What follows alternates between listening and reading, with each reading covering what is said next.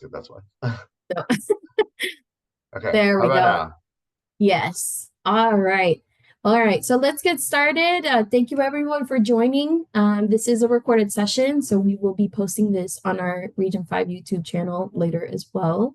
And so today we're here to talk about understanding and using your strengths.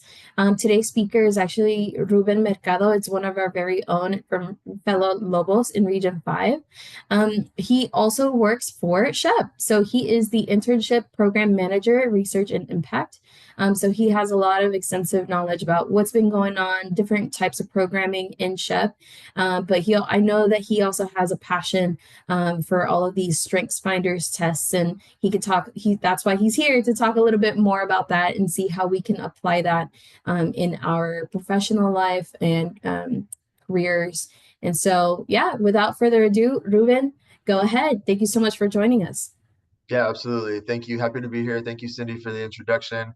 Hey, good afternoon, everybody. I'm really excited to be here. As Cindy mentioned, my name is Ruben Mercado. I have an intro slide, so I won't skip into that too much.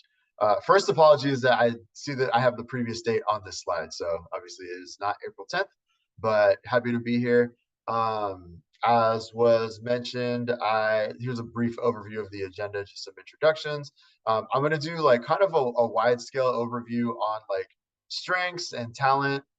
You'll hear me use some of these terms interchangeably, but they mean essentially the same thing. So just like identifying what you're good at and what you bring to the table, how you can tie that into the workplace, and how you can tie that into group settings, why it's important, and we'll do some activities. I want to spend some reflection time because I want you all to walk away with some practical takeaways, kind of identifying some challenges or maybe some goals that you have and how you can incorporate some of these things that you're naturally gifted at to accomplishing those things and developing those skills further.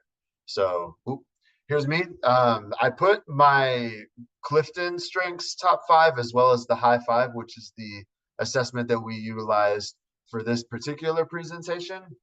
So I've spent the past couple of years really diving into strengths and into what I bring to the table. So you'll see there's a lot of similarities and a lot of overlap between a lot of these types of assessments and presentations. So for my Clifton strengths, I'm high in the developer, connectedness, empathy, belief, and harmony areas. So I'm really big on relationship building. That's kind of how I center all of my work that I do with our students, with our SHIP members, as well as the professional members that I'm fortunate to be able to work with.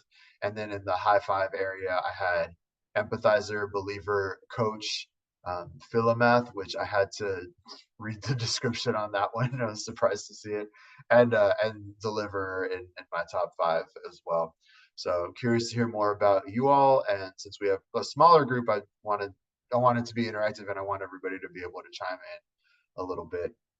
Um, I mentioned that we were going to be spending some time on reflecting. So just I wanted to spend a minute here, just kind of think about it. We don't need to share out necessarily until a little bit later on, but everybody who's on the call, just spend maybe a minute or so thinking about some immediate challenges facing you, whether that be in the workplace or in your own personal life or in any um, if you're pretty involved at your local level in your SHIP chapter, any just like challenges or goals that you have, I would say within the next like 6 months to a year. And we're gonna spend some time talking about how you can potentially tie some of your strengths into solving some of those things. So I'll give another little bit here, just if people want to think about that. Maybe you want to write it down if you have a laptop or a piece of paper handy. I know I've got some immediate challenges, so I was spending some time reflecting on it myself as well.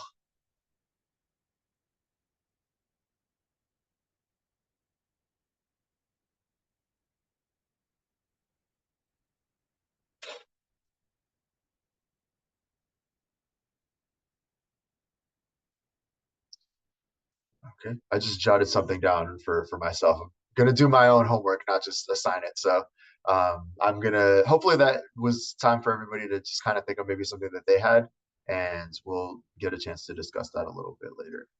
So here's where we'll get a little interactive. I would like to hear from some of the participants. For those of you who, hopefully everybody got a chance to do that assessment, the high five.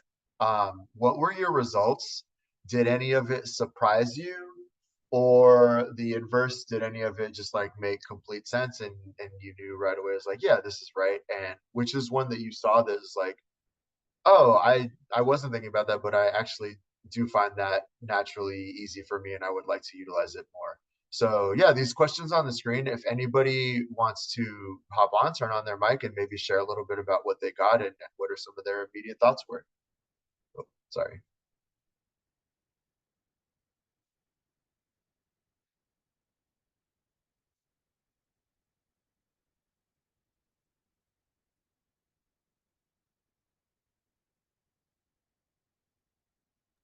Anyone?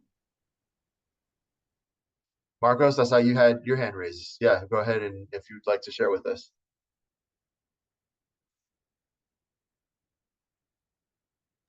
Yeah, I like you, I ended up with Philomath, which I think for me was very apt. Mhm. That was no surprise. The number one for me was analyst. I also think that was very fitting. What I was very surprised by was my number three strength was storyteller, Ooh, which I don't really think of myself as a storyteller. I think of myself more, being an engineer type. I'm more introspective and not so outgoing, kind of an introvert, but I'm finding, and this relates to you had asked in the reflection phase for current sort of situations and challenges. So I'm getting older now, recently turned 50, and kind of transitioning in my career to more of an advisory role. I've been involved for many years, like with the mentorship program and other mentor programs. And I find that I do, on reflection, consideration, tend to wander off into those storytelling phases. And maybe Alberto can speak to that because we had a session yesterday. But anyway, that was really surprising to me, seeing that storyteller was my number three strength. that's awesome. That's a really good share, and I appreciate you taking the time to be vulnerable and transparent with that. I will say you were the first person on the call today, so storyteller was something that I would have kind of picked up on for you because you pretty quickly got into your story and just like where how you got to where you're at now geographically and your career, and which I enjoyed hearing about. So I think it is like a natural talent that you had. I always find it interesting when people share similar to what you had mentioned that it's not something that you would naturally think of yourself as because your your skill set and technical career is within the engineering space. So sometimes those aren't skill sets that you would necessarily think overlap, like that storyteller communication piece. But as you've seen, I would imagine having gone through your career and having been at a few stops, it's a necessary skill, especially when you're doing things like if you are at the stage of your career where you are kind of developing other people, and you mentioned being involved in mentorship, which is fantastic. It is something that you have to do frequently and call upon. But I always find it interesting when people say, yeah, I don't think of myself that way, but the way a lot of these assessments and similar type things are set up, it's meant to be responses like pretty quickly, like you're just operating in the natural, like you're answering the questions pretty quickly and defaulting almost to like, yeah, this is what I would do in this situation. So it's cool when you kind of can take away something that's like, oh, okay, I didn't think of myself that way, but obviously, if this is the result that came up, and I'm seeing it in way in things that I have to do, pretty accurate. So that's really interesting. Thank you very much for sharing. Yeah, I like that you mentioned also having the Philomath. That was one of mine as well, but I think that's a skill set that definitely lends itself to engineering and to a lot of the technical things because you're constantly like things are changing, you're absorbing new information. So imagine that to be a very useful skill set and strength for you. Alberto, okay, I see a couple of comments in here. So, okay. All right, Alberto, so you mentioned you were not able to take the assessment, but I think we'll have some takeaways that are pretty good, and you'll be able to utilize regardless. So thank you for sharing that. Okay. Anybody else, if they would like to share any thoughts that they had related to any of these topics? I'm taking it right now, so Oh, okay, cool. I'll let you know at the very end what my Yeah, let results me were. know your thoughts. Yeah, sounds good. Okay, cool. Well, we'll dive a little bit into a little bit of the background on this particular assessment and skill set. So these are the top four categories that some of the strengths are divided into. I mentioned being certified in Clifton Gallup strengths as well, and these are pretty similar. I was able to identify like kind of the overlaps, and I will say I have a slide a little bit later on like other personality leadership type assessments that are available that you probably have heard of or taken at some point in the past. But I think these are pretty general, common, broad categories that most people tend to fall into. Like maybe one is a particular strength over the others.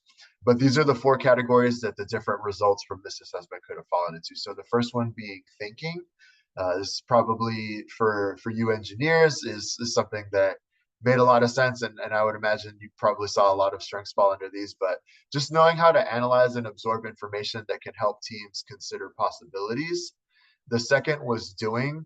So these are the people that I would say a lot of times tend to work well pretty independently, which you know we all have to work in teams, but also there's also going to be times where we just have to have our deliverables and kind of lock in and get things done. So this is also somebody that you need on your team and skill sets that you need to be able to tap into. But knowing just how to organize, how to meet a goal, and how to make things happen. Feeling is the next one. This is I tend to fall into a lot of these type areas. This is also a lot of overlap with the Clifton Strengths area of relationship building, which is where I find myself spending a lot of time. But knowing how to build strong relationships that can hold the team together, and motivating, knowing how to take charge, speak up, and make sure others are heard. Those type of skill sets are interesting to me. That's kind of the I think I like to think of it as the bridge between the feeling and doing type part. So just those people that are also able to tap into those feeling and relationship building strengths, but also to be able to tie it into something in a practical sense and getting other people on board with things. So this is something that I'll emphasize a lot and that I always talk about in these types of presentations is you maybe have a lot of your strengths in one of these particular areas, but we need all of these people. Strong organizations, strong groups need talent and strength in all of these areas in order to be successful.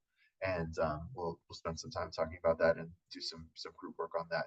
These are the different, so those strength categories, these are all of the different um, strengths that could have come up in the assessment. I always enjoy. I spent some time reading the description for all of these. I mentioned Philomath because that's one that I had, and Marcos, it came up for you as well. But just the phrase was interesting. But when I read through it, it's like people that are interested in learning and like to get as much information and like context as possible. That's definitely something that I identify with and something that made a lot of strength to me. Um, but yeah, in the doing category, we've got believer, deliver, focus expert, problem solver, timekeeper. In feeling, we've got the chameleon, coach, empathizer, optimist, and peacekeeper. Catalyst, commander, self-believer, storyteller, and winner in the motivated category. And analyst, brainstormer, philomath, and strategist and thinker. So, Cindy, I saw you put something in the comments about taking different tests through the years. And oh, you saw your results change. That's interesting. Do you want to elaborate on that? I've seen similar things as well. I have some thoughts with that. Sure. I'll just say I've taken so many different ones that I Yeah, don't remember what exactly the results were for each specific test. But I know for like I've definitely been labeled like a doer. yeah, Um, and I think now I'm more of a motivator, or I say now, but like the most recent time I've taken it, I know that I've been more like a motivator. And it's just really cool to see because we do change, right? We Yep. take lessons with us, and we start to think differently, or we used to be super motivating before, and now it's just kind of like, well, I take my time to analyze things more than I did before. So I think it's very natural for our results to change throughout the years. 100%. Yeah, as I've also taken similar type assessments through multiple stages of my journey. So when I was in college was probably the first time I took anything like this. I took Strengths Finder, and I don't know if anybody's familiar with the True Colors. That used to be a big one. I haven't really heard much about it in recent years, but that was one that I took pretty frequently. And then through grad school, and then through when I started my professional career, so my first full-time role. Um, and I've seen the same thing. In particular, I mentioned that I used to be, well, now I'm very, very high in like the relationship building and all of the communication and stuff like that. And that didn't used to be the case. I used to be really introverted. And I used to, if, in the past, even though we have like a little bit of a smaller group today, I would have been terrified just to like talk to people that I don't know and present on things. But it's just something that, like you mentioned, as you just move through different stages of life, and as you have to take on new responsibilities and things like that, you just naturally start to take on some of these things and start to develop strengths in areas that maybe you didn't think you had previously. So curious if anybody has any other thoughts. I saw somebody had just joined on the call recently, so if anybody wanted to share what they got from their results and if they had any thoughts related to that, we can take a little pause for that here too.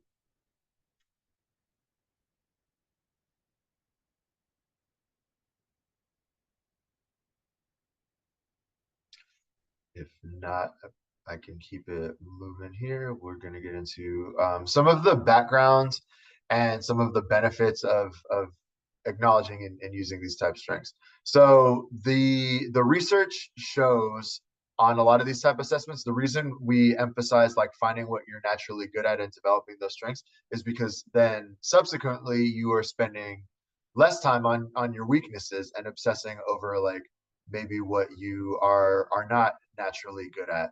I will say again, this is why teamwork is so important, and identifying like who the people on your team are that have these strengths is so important.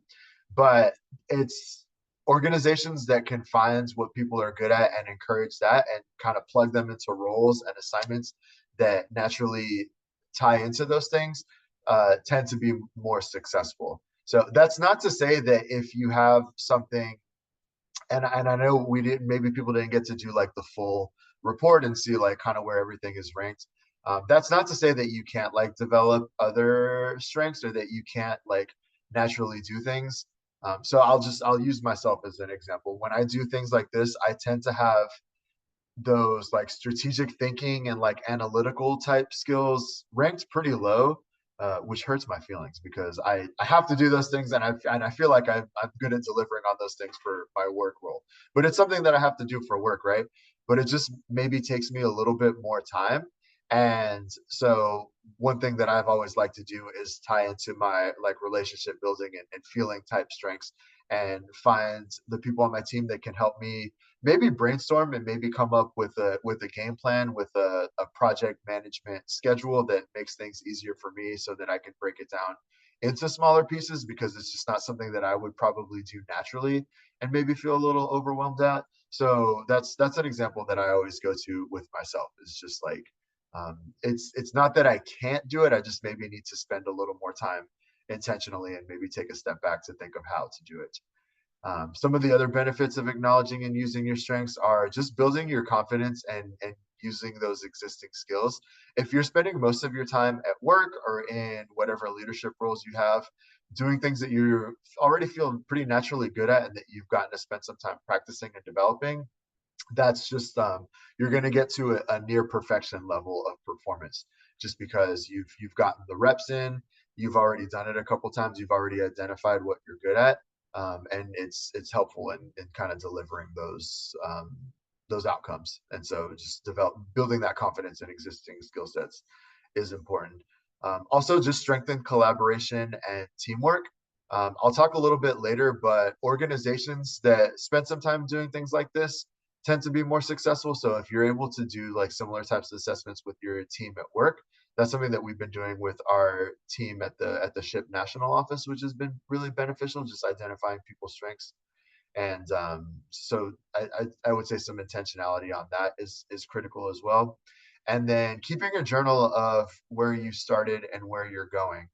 This is something that I've been big on over the last couple of years, particularly for work. So the work that I do, because I work a lot with students and like early career professionals, tends to follow similar calendars. So I'm able to take a step back on that larger scale and identify 3-month goals, identify 6-month goals. And then I always like to tie it back into my strengths and think like, okay, so I'm big on feeling and relationship building. So who are the key stakeholders that can help me in these things, and how do I identify them, and how do I establish those connections, and then use that to go from there. So just kind of keeping a journal of where you started and where you're going is important for success as well. I had a little reflection pause here as well. So if we want to spend a minute or so thinking about this. So which of your strengths from what you got in your results, if improved, would have the most impact on your life and work? And which aspect of this strength do you find the most challenging? Maybe it lends itself to blind spots, like maybe you there's something called shadow strengths that I've talked about in similar type presentations, which is like, yeah, I have this naturally occurring strength and talent, but is there a downside to that? Like if I get too far into the weeds on just this particular strength, does that could that have adverse side effects? And yeah, just spend some time thinking about this, and I'll pause here if anybody has some thoughts related to either of these questions.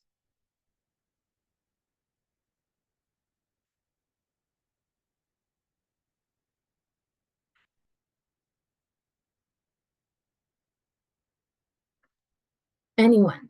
I know we've all taken a couple of different tests throughout the year, so maybe if you could talk on something that you've taken before, that would also apply here.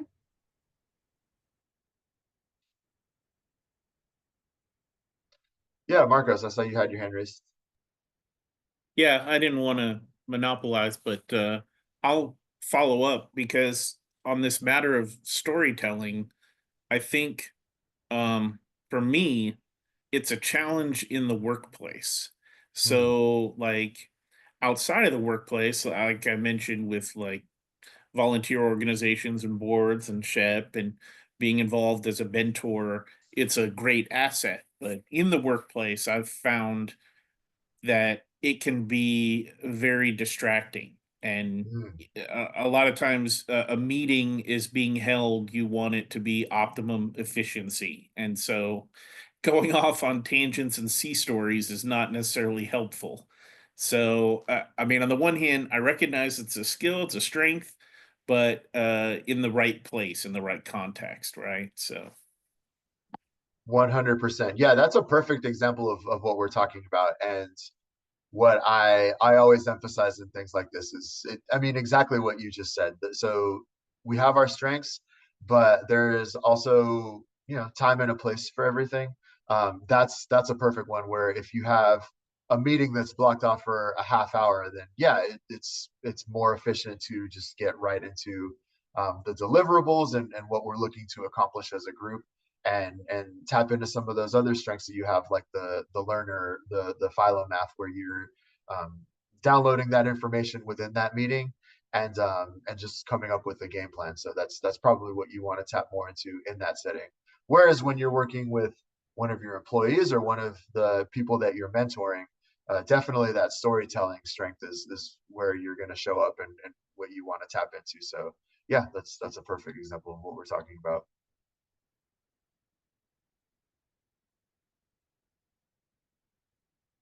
I'll say for me, one of the ones that came up in my results was a coach. So also like kind of developing other people. That shows up in my Clifton strengths as well. I'm especially because I work a lot with like college students and early career professionals. I really enjoy like meeting with them and learning about where they're at. I actually had a couple of meetings yesterday with a few students, one of whom is starting in his very first internship, and he was looking for a little guidance on just navigating like the relationship and communication rhythms with his soon to be supervisor. Again, given that this is going to be his first internship, so he's just really doing everything he needs to do and being thoughtful on communicating appropriately, but not like too much. So not being like overly communicative and maybe like being respectful of other people's time and stuff like that. Um, but yeah, I enjoy that. But I would like to spend more time on. I would like to block out more time to do that intentionally because I enjoy it and I think it would be beneficial for like our ship members at large. Anastasia, I saw you put a comment about what strength you would like to improve. So yeah, we would love to hear from you. Go ahead and share. Okay, so can you hear me? Yes, thank you. Okay, so I just took the test and I got the result of thinker, and it is kind of true that I think a lot before acting. And when I was working at a co-op, I found myself that I was thinking too much instead of actually plunging into the projects that I was involved in and actually like Yes. acting on it. And I think that's a strength that I would like to work on, and that's something I've reflected on too, like just acting and then just going ahead and committing those actions, that instead of like just losing yourself in your thoughts. Yeah. And it's kind of challenging because you take every single little detail into account, and then you're like, what if I'm wrong, what if I'm making mistakes, instead of actually doing it by trial and error. So yeah. Thank you so much. That again, like what Marco shared earlier, that is a perfect example of what we're talking about. And in the various like strengths assessments and things I've done, that's something that they talk about a lot with people in the skill sets like similar to what you just shared. So yeah, that thinking, those thinking analytical people, it it can be a downside that you just get like really in the weeds and you just need like a lot of information, a lot of context before like moving forward. I tend to operate similarly, but exactly, you need those people that are in the doing area and the executing area because eventually it's just go time. Like, yeah, we want to gather all the data, we want to gather all the information, but there are outcomes and goals that we need to achieve as a group. So you're super critical person to have on the team because again, the flip side of that is you can't have people that are just like let's go and like there's no game plan, there's no thought or intentionality behind it. So we need you on the team because you're the person who's going to figure it out and think about those things ahead of time, but we also need those people that are come up with the steps following that. I have Yeah. found myself, sorry for No, go ahead. interjecting, but I have found myself in like even in my senior projects that with my group where I tell like the theory behind everything, and then I just get lost. Like there's Yeah. just too much to take into account. And then people are like, "Okay, come on, like let's wrap it up and move on a little bit." Yeah, no, that's a great sharing. And I will say also, just like you participating in things like this and taking the time to think about those things. And I mean, self-awareness is just the first step in identifying those things. So, and it sounds like you're a student currently. You mentioned your senior project, right? Oh, I just graduated May 10th from U of Oh, H. congratulations. Cool. Thank Oh, you. just graduated. Okay, that's Yes. exciting. Yeah, that's awesome. I mean, recognizing that within yourself and working on it is the first step. So, I'm excited to see where things lead from you as you continue to work on that. So, thank you for sharing. Yes, thank you. Yeah. All right, cool. Really good discussions here. So that was the reflection piece that I wanted to do. The some important things to remember are that strengths are neutral and that they are not labels. So I always emphasize that to say like sometimes people will get a certain result. So a big one that always comes up as an example is you might have seen on the list of strengths earlier, winner was one. Similarly, in the Clifton Strengths Assessment, I think that one is categorized as competition, and people will get that and they'll be like, "Oh, that's not good." Like I'm trying to, like steamroll people, or I'm trying to just like come out from group settings or conflicts as the winner. So none of these are inherently bad. Like if you get a certain result, it's not like oh, I'm stuck as this thing and there's all these like downsides to it. All of these have pros and cons. That's what those like shadow themes that we talked about are. And it's just a matter of balance. It's a matter of like what Anastasia was just sharing, being aware of it and being aware of like what Marcos was sharing, what situations call for which skill sets and when to apply them. So these are neutral. None of them are inherently bad or inherently better than any of the other. And they're also not labels. So something that I was reflecting on earlier was just the fact that just because you're top five or whatever, if you saw one of those strengths listed in the master list earlier, that's like, man, I wish I had some of that. I wish I was better at this type of things. Um, None of these are a way that you're going to be stuck forever. Like what Cindy was sharing earlier, also just that these tend to change just as you develop other areas of your life and as you take on other responsibilities. So don't worry about being like stuck necessarily as one thing just because it shows up in your strengths. And the differences are advantages. So what Anastasia was just sharing is a perfect example of that. So what she brings to the table are those thinking and those critical analytical skills. And other people on her team are maybe more well versed in the just like executing, doing, going phase. So, but you need both of those to achieve common goals and to achieve group settings. And then that last one is that people, of course, need each other. So it's important to spend some time in whatever group settings you have in your workplace and like school projects, kind of knowing what people's strengths are and what they naturally bring to the table and how we can tie that all in together. So I have some slides on just strategies for building your strengths and kind of developing some of these things and working on them intentionally. So I would say to break it down into smaller goals, one thing that came to mind was just picking like one or two strengths that you would like to work on. For myself, I identified that one that came up as coach because it's interesting and it's something that I have to do a lot and it's where I get really a lot of energy out of. But sometimes I don't get to spend like as much time as I want to in like one-on-one settings and kind of developing those things intentionally. So that's something that I picked out. And setting SMART goals, I imagine a lot of you are probably familiar with that term. Seeing some nodding, seeing some positive interest. But for anybody who might not be, and for the purpose of the recording, so setting SMART goals is you want to set goals that are specific, measurable, achievable, relevant, and time bound. So it's easy to say. So like I'm a runner. I'm always signing up for races and stuff. So it's easy for me to say like I'm gonna run this marathon, but it's helpful when it's like I'm gonna sign up for this race on this date, which means I have this many months to prepare for it.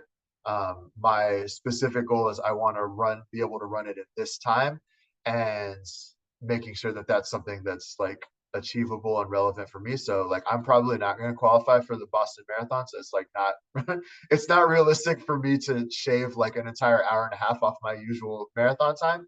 So setting like realistic goals is important too.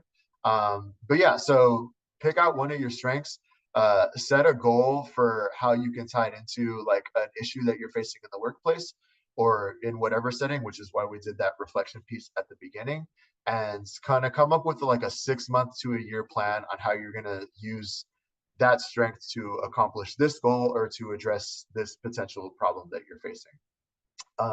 Seeking out feedback and mentorship. I have a whole slide on this as well. This is a really important aspect of it. We know ourselves and we spend time doing these assessments, but other people probably see things that you don't. So it's important to find those people in your life that can speak to those things and that can give you feedback on ways you can improve and ways you can develop these type of things. And then again, just keeping a journal of where you started and where you're going. I'm big on journaling. I'm big on reflecting. So just keeping track of your progress in that way is really critical as well. So some deliberate strength practice are, again, setting those specific goals, focused attention. So don't just set the goal and be like, oh, I'll think about it a couple months from now. Set some rhythms to check in on yourself regularly, check in on how whatever issue you've identified or whatever major goal you have is, and how you're tying your strengths into them. So eliminating distractions and just kind of blocking off, I don't know, 30 minutes to an hour a week, every other week, to just be intentional in that self-development and in that strength development. And then again, like feedback. So just identifying the people in your life that can give that feedback, and continuous refinement. So not just stopping at what, if you have a goal that's 6 months from now, not just stopping there, like maybe like fine tuning that goal and developing it further, and then tying it into other goals that you have in your career, in your life, is important as well. So a lot of stuff here on mentorship and feedback. So this is something that's important to me. I know a couple of you, like Marcos, you mentioned having been involved in mentorship for a number of years now, which is fantastic. But this is hugely important. So seeking out diverse feedback. So again, in the ways that we tend to have maybe tunnel vision, or maybe like just knowing yourself, but maybe having blind spots. If you're also only working with one person, maybe they have blind spots too. Like maybe they're only able to pick up on some things. And then again, similar to what we were talking about earlier, different settings call for different skill sets. So maybe like people that see you in the workplace, they think of you one way, but a family member or a close friend or somebody that you're interacting with frequently in a friend setting, they probably have a whole different impression of you, just because again, different situations, different settings call for different things. So it's important to get feedback from people in multiple avenues of your life to kind of become more well-rounded in general, and perform similarly in all aspects of your life. So seek out diverse viewpoints and diverse feedback from people in various stages of your life. Be open-minded and non-defensive. I have this in here for myself as well. It can be hard, right? Like it can be hard in performance reviews or in like feedback type settings to have somebody say something that maybe is not like the most fun to hear, or like just maybe something that people will see that maybe you need to work on. And it can be easy to just jump to, well, that's not true, or well, you're not thinking about this, and this is why I'm like this. Just take in the feedback and reflect on it, and just at least think about it, at least take it into consideration. So being open-minded is important for this as well. Asking open-ended questions. So this is something I mentioned. I've had a couple meetings with students that are like starting out in their internships this year. I had an awesome meeting this week with a student who's starting in his first internship, and he came super prepared. Like he already had questions about how he should approach like developing relationships with like potential mentors and with people on his team. And he spent some time like thinking about it. So this student in his junior year of college gave me things to implement into my own work and to write out. So yeah, asking open-ended questions and coming into these like feedback and mentorship type meetings with things already prepared that you can ask about. And then again, just taking notes and actionable steps. So don't just take the feedback, but if it is something that makes you think about it, you're kind of like, oh, okay, I probably should like try to work on some of these things. So making action steps based on that. So again, that SMART goal piece. So setting up with like specific goals that you can come up with based on the feedback that you receive. And then requesting feedback after specific projects. So if you've got a big like months-long project that you're working on at your work or in your school, so the example that Anastasia gave of your senior project, you can get immediate feedback from mentors or supervisors on that, because you probably had to tap into a lot of the strengths that you have to achieve that project and achieve that goal. So everybody just saw you use it in a practical setting. So this is an opportune time for you to get some feedback after delivering on some of those specific projects. So, but yeah, this is, just to summarize, this is something that I believe in a lot. You hear me talk about relationship building a lot, but the mentorship and feedback component is really critical. So we talked about blind spots a little bit as well. So this is just another area where feedback is really important. And again, don't obsess with just like one of your strengths. So, for me, I'm big on the feeling and the relationship building stuff, but it's important to be like well-rounded and balance yourself out. So branch out a little bit, look at all of your strengths, and try to, over the course of a year, just like spend a little bit of time working on each of them. And again, just like don't focus on your areas of weakness, and remember that these are not necessarily labels. This is a tool, like this is a conversation and a language that you can incorporate into your work. But remember that these are always things that you can work on and develop. Your strengths in a group. So spend some time talking about this a little bit already throughout the course of the presentation, but great teams are able to combine their strengths and identify weaknesses. So just bring it to the table. If you are somebody who's maybe in a supervisory position, or in just if your team is looking for feedback or maybe new things you can implement, identify like some weaknesses and identify some like maybe some things like this that you can bring to the team setting and figure out what works for communication. For our team here at SHIP at the national office, we've been utilizing DISC assessment, and it's been really helpful. We've blocked out some time to be intentional in having like meetings and follow-up trainings, and it's been insightful to learn about different people's like communication styles, and that is helpful when you're having a meeting with them. You know that this person tends to operate like in this way, so it's helpful for me.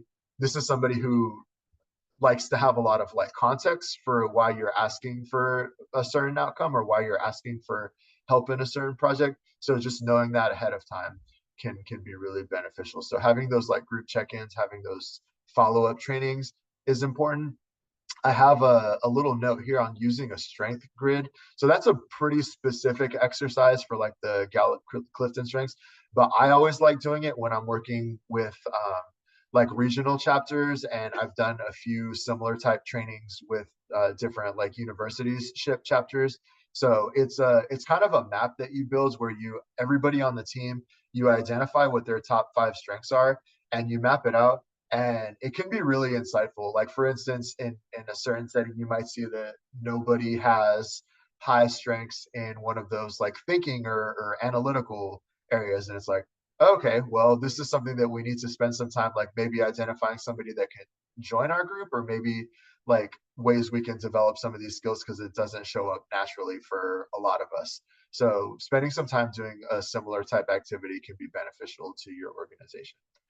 And again, just remembering that we need people to have all of these strengths and that it's important to be collaborative and mindful in that way.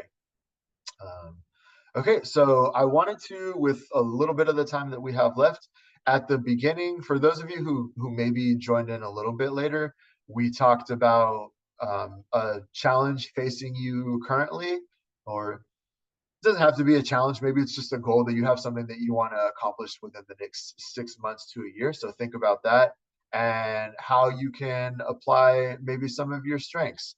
So I'll give a minute or so here for people to think about that. And then I would love for a couple people to share if you have some immediate thoughts.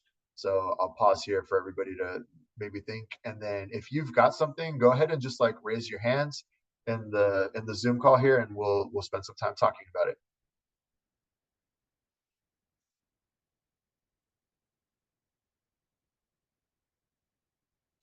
Oh, okay, Marcos, I see you got something. Yeah, go ahead and share. Yeah, again, sorry, I didn't mean to monopolize, but No, you're great. Yeah. that you started with, reflect about a current situation that you're dealing with, and then we went into, the test where I mentioned, being surprised about the storytelling. Well, my current situation that I'm dealing with is kind of transitioning in my role at work. I've been asked to kind of transition into more of a senior advisor role, kind of a um, semi-retirement, road to retirement phase. And on one hand, that's its own challenge, but on the other hand, I'm trying to process through it and identify, how can I use my strengths like storytelling to be more engaging in the workplace in that way, because I had not up to this point so much. So anyway, that's kind of my situation, and where I thought there was some synchronicity with where it happened to say about storytelling, and realizing where I can apply that in my current situation.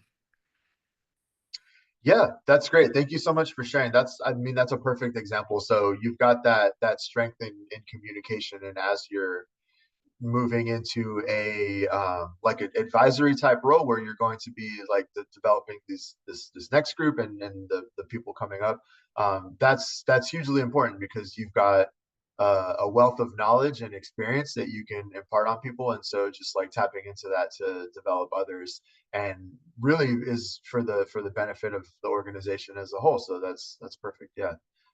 Yeah, I know that's a big transition. So wishing you all the best, and I'm glad you're able to be here today and hopefully have some outcomes and some action steps that you can take that'll help out in that transition. So thank you very much. Would anybody else like to share? Did anybody have any thoughts on maybe a potential challenge facing yourself and how you can apply one of your strengths to accomplish something related to that?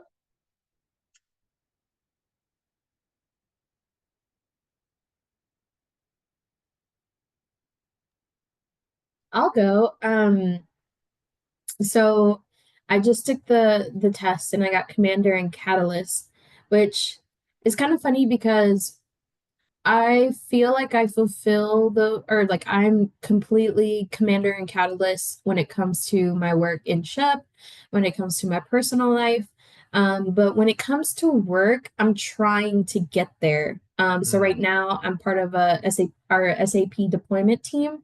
We're doing a massive upgrade for our ERP system. And so I'm part of the team that is talking to the rest of the organization about the changes that are coming and things of that nature. And I guess right now I'm not as comfortable um, making certain decisions or leading the communications. I'm still kind of nervous when it comes to presenting, the information out, which is kind of crazy because I've been presenting, slides, presentations, topics Yeah.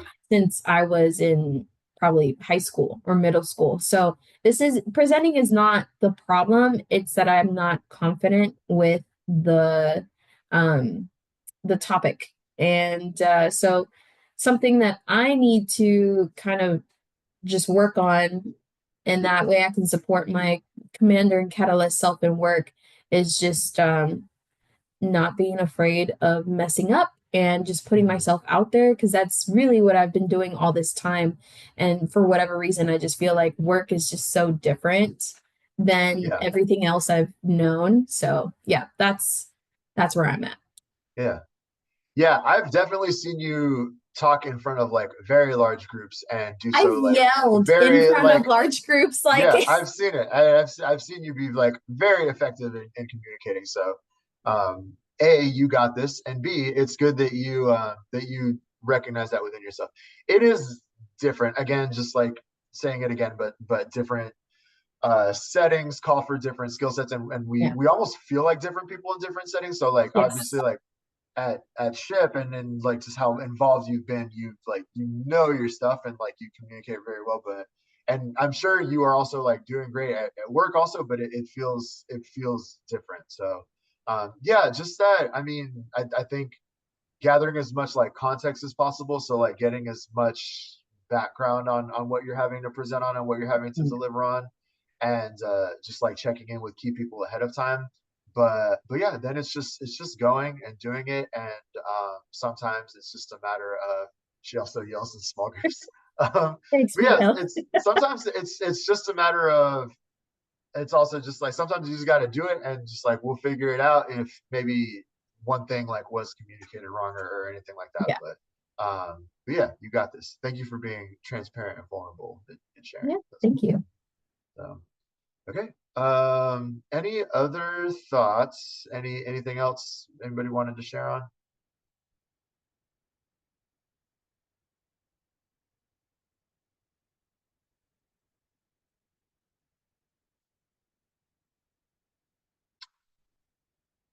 Okay. If not, we will move into this next one. So I just had some again, these are some other like similar type of resources, similar type assessments. I really liked this high five assessment that everyone did, and I think we had some good conversation. But Clifton Strengths, which is what I'm certified in a coach in, is a very valuable tool as well. So passionate about that one. The DISC assessment that I mentioned that we utilize here at SHIP for our national staff has been cool in developing like effective conversations and streamlining like some of our communication styles. MBTI and the Enneagram are ones that people are probably familiar with and hear a lot about.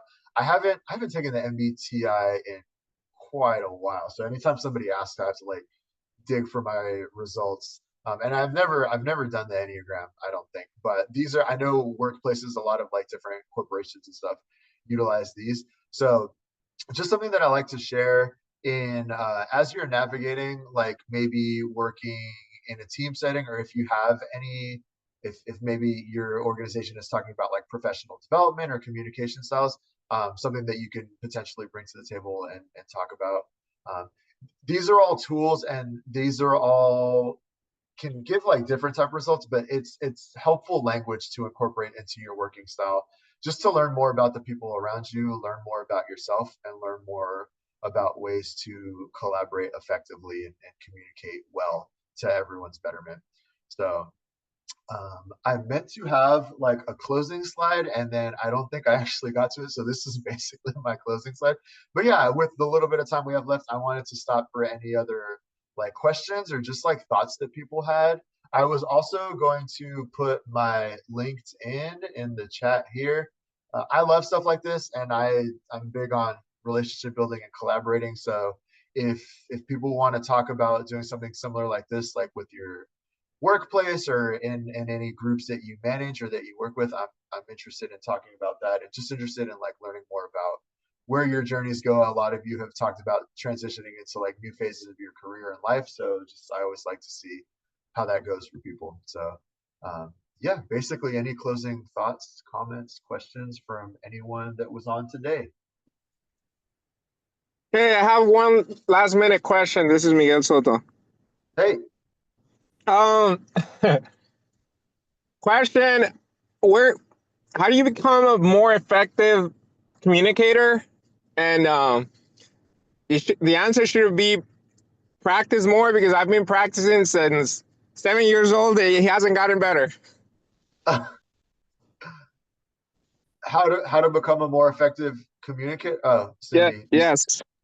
I was just gonna say, is that a fact or is that something that you think you haven't gotten better? I think I have not gotten better. Interesting. How do you get better? I just practice. That's what That's why I say you can't have that as an answer, because there has to be a way. Like, is there like what is the quick way? Like, you read this book and then follow those steps, or what? Like, what do you do? What's the best way to do it? Yeah, so I think one thing, I'll tie it back into what I kept emphasizing on the feedback piece. So if there is a group that you've like presented to, or somebody that you have to have regular communication with, just asking, like, just like, hey, what are your thoughts on like my communication style? Are there areas that you've identified that I could be better at? And taking that to heart. I would start there. If it's a matter of you feel like you haven't gotten better, but maybe identifying like what those specific things are and like what better means. So if it's a matter of, do you think that you are not well, I don't know, I'm curious to hear more, like what, like better how, like what aspect of it do you think is not Just going well? becoming more fluent and not being around the bush when trying to elaborate, to ask questions or Oh, okay, so delivering it's information. so being more like direct and being more like, is that Concise, yeah, more concise with the phrasing, with the wording, with everything. Gotcha. Yeah. Okay. That makes sense. That's good. That's a very tangible Okay, thing. so let me give you an example, right? This is not it's just I'm gonna put this person as an example, and it has nothing to do with politics or anything. I'm just putting it there because we know who it is. Like, you know how Obama speaks very articulate, like in a way like he he goes to the point and he uses the right words and stuff like that. Like that way, that's the way I'm talking about. Okay. Yeah. You know what I'm talking about? Yeah, absolutely. Because I've identified that in myself as well. I tend to sometimes go off into tangents as well. If you So ask Obama and me, hey, tell me that story, and we both saw the same story, Obama would tell you the story in 2 sentences. I would tell you the story in 5. That's what I'm trying to say. yeah. So I mean, I think that self-awareness that you already do that, and just like just not chasing the metaphor that comes to mind is like not chasing the rabbit. So just like getting into like this is, and I think Marcos's example before was perfect of like in a work setting when he's communicating, he knows like he can't get into that storyteller. It's just like these are this meeting, this is the context that I need to get to this more quickly. So I think preparation, so like going into like if it's a presentation or if it's a meeting, like knowing this is how much time that I have, kind of rehearsing it ahead of time as well, and then asking for feedback on the back end so that you know like, and then asking about those things specifically, like you've identified, I feel like I am not concise. Do you think that I was concise? Are there like parts of the presentation or parts of the conversation that I could have cut out? And then just going from there, and then I know you said like not practice, but it is a matter of practice is really like the main thing. And then I think like getting that feedback so that you have the specific outcomes that you're looking for will help as well. No, that makes sense. I'm gonna call Obama, and that way he can give me a good feedback. Okay, well let me know if you get a hold of him. I've No, cool. sounds good. I appreciate you. I appreciate your advice. Yeah, thank you. That was a good share. Okay, we're right about at time, so I want to be respectful of everyone's time, but this was a really good conversation. I'm glad everyone took the time out of your schedule to be here today. And yeah, if I would love to connect, hope to interact with you all in the future. Cindy, I know we'll be in touch. I know Region 5 we'll be here. We got stuff going on. So thank you so much for your time, everybody. I think there's some stuff in here about an assessment and feedback. Oh, but I don't know if there's like a survey or something.